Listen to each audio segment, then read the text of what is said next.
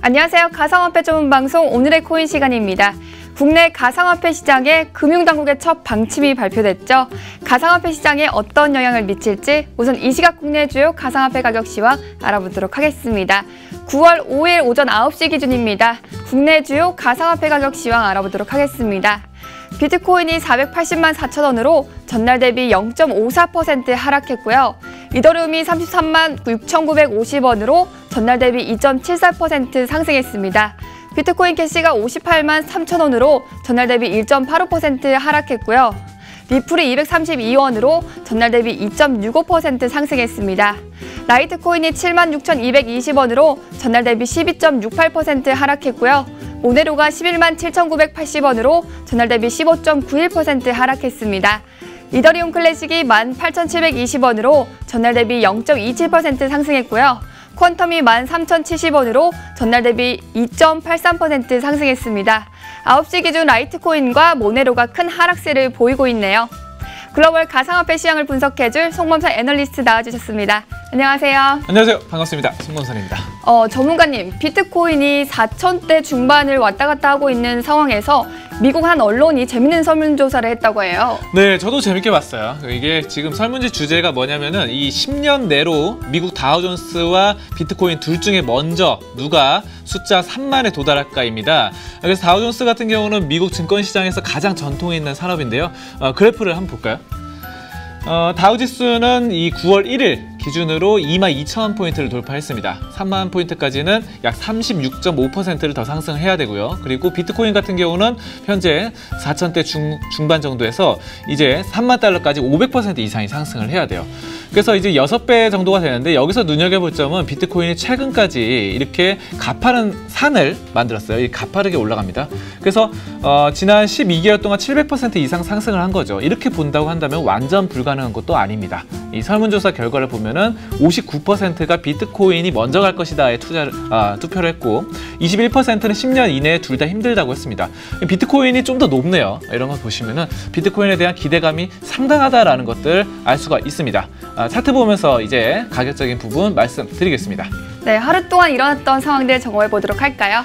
네, 일단은 중국에서 규제가 있었습니다. ICO를 금지하겠다라고 했는데 ICO 같은 경우는 IPO, 우리나라의 주식시장 공개랑 주식 신규 공개랑 비슷한 개념으로 보시면 돼요. 그래서 그런 것도 공개 금지한다 해서 이렇게 많이 떨어졌어요. 비트코인이. 그리고 대부분의 가상화폐들이 좀 하락세를 보였습니다. 여기에 더불어서 우리나라 가상화폐 같은 경우도 좀 규제가 생겼죠. 그래서 은행의 본인 확인 이 필요하고 또 의심거래 보고 의무 또 해외 송금에 대한 규제 같은 것들이 생겼습니다. 이런 것들이 단기적으로 투자 심리 악화를 불러일으키면서 비트코인 캐시도 이렇게 하락하는 이런 상황이었습니다. 자, 근데 이제 저점에서 한번 반등을 해요. 이거는 이제 유럽에서 바로 전쟁 바로 이런 것들 북한 핵실험 같은 것들이 우려가 되면서 다시 반등을 했다 보시면 되겠고요. 이더리움도 보겠습니다. 이더리움 같은 경우도 비슷하죠. 비트코인 캐시 다 비슷한 상황이고 반등이 있었다. 또 그다음 리플 보겠습니다.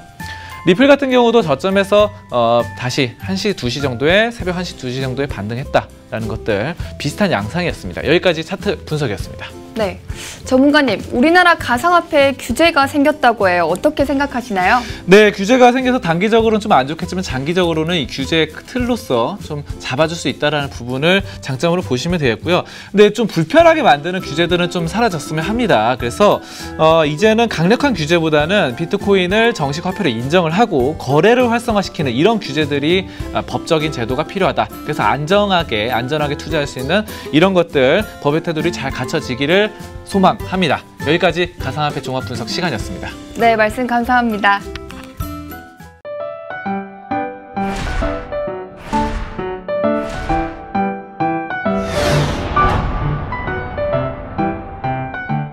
네, 오늘의 비트코인 날씨에서는요, 맑은 소식 2개가 준비되어 있습니다. 다행히 흐린 소식은 없네요. 맑은 소식 보도록 하겠습니다.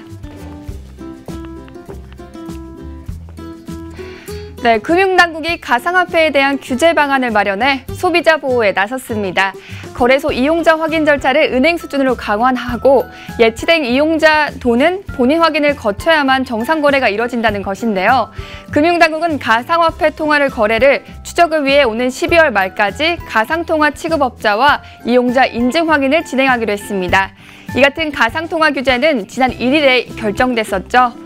금융위원회와 국무조정실, 공정거래위원회, 국세청 등이 참여한 가상통화 관계기관 합동 태스크포스의 첫 회의에서 대응 방향을 결정했습니다. 주흥민 금융위 전자금융과장은 가상화폐를 이용하더라도 본인의 확인을 통해 원화의 입출금 시점을 파악할 수 있어 자금 추적이 쉬워질 것이라며 자금 세탁 방지 기반이 마련되는 셈이라고 말했습니다. 세계 최초로 블록체인 기반인 휴대전화 비트볼트가 출시돼 화제되고 있습니다.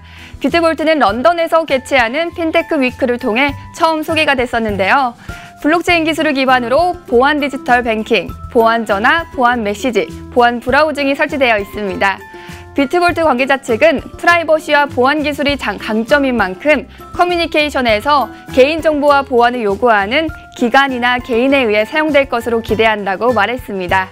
비트볼트는 올해 9월부터 생산되기 시작해 오는 11월에 첫 주문이 가능하다고 합니다. 구글은 가상화폐 관련 정보를 얻기 위해 올 상반기 러시아 지역 검색어 분석을 시행했는데요. 검색에서 가장 높은 성장률을 기록한 키워드는 이더리움 관련으로 760% 이상 증가했습니다. 비트코인 관련 검색은 220% 증가했고 채굴 관련 검색 수는 560% 증가한 것으로 조사됐습니다. 정말 큰 성장률을 보이고 있는데요. 이러한 가상화폐 관심에 대한 추세가 러시아를 넘어 아시아 전역에 확산됐으면 좋겠습니다. 내일도 다양한 소식으로 인사드리겠습니다. 지금까지 오늘의 코인의 고은비치였습니다.